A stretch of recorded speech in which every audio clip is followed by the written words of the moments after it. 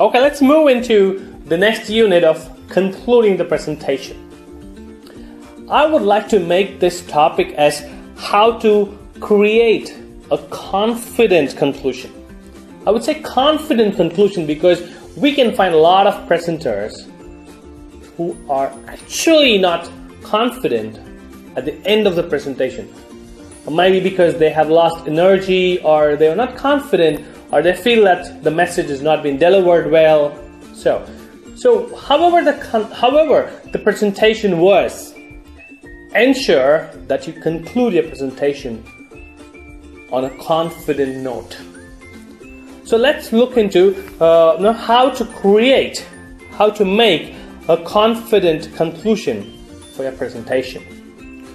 Well, I have classified, or I have made this into 5 steps. Firstly, announce the conclusion. It's very important that you announce the conclusion before you conclude. At the beginning of a presentation, the audience is curious, but then as the presentation continues, the audience attention level gradually falls. If the presentation lasts more than 20 minutes, then attention fails, or attention falls more rapidly, isn't it? However, if the audience knows the end is coming, their attention will suddenly jump. Like when we were at school, the last hour of the school, suddenly the energy comes up from nowhere because we wanted to go home. We want to enjoy the rest of the evening playing with friends. Same way. So the listener or the audience might be, there's an opportunity for them to come back again. So it's very important that you announce the conclusion. Phrases such as in conclusion, or before I take question and finish the presentation, I would like to conclude, something like that. That could bring interest to the audience. So it's important that you conclude or announce the conclusion before you conclude. The next step is recapping or summarizing the key messages that you delivered during your presentation.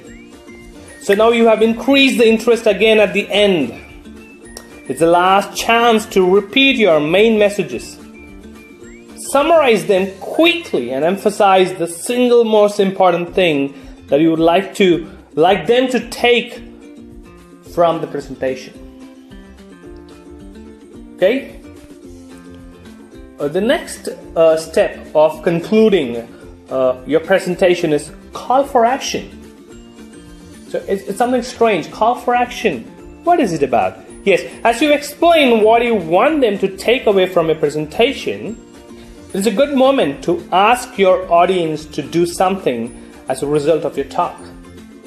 Maybe tell them what they should do directly, or this may even be a small action such as looking into the subject further or discussing the issue with colleagues, anything like that. This will make your conclusion feel confident and positive. The next step is referring back to the beginning of the presentation. So sometimes it can be useful to referring back to the beginning of the presentation in order to provide a sense of completion to the presentation. It's like what you have told them before the presentation. This can provide a powerful sense of the journey that the audience has traveled during your presentation. And finally, or lastly, very important is thanking your audience.